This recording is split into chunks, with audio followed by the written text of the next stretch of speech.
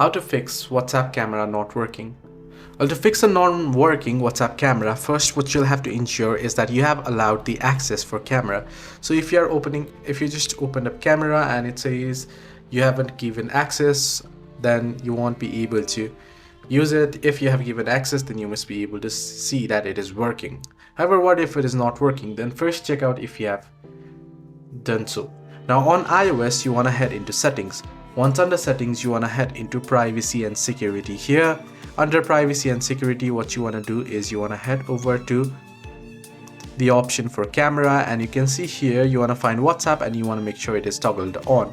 In case of Android, you want to head into settings and under it head into apps and there search for WhatsApp, and under WhatsApp you want to make sure that camera permission is enabled. Now if it doesn't work, you want to force quit the app, close it all the way, and then head over to your Play Store or App Store and check for any update if the update is available. Also make sure to clear the cache of the application and then restart your device promptly, and that shall fix the issue. If it doesn't fix at all, then you can head into your web browser and download the previous versions of WhatsApp and check if those help. So hope this video was helpful. Do like and subscribe.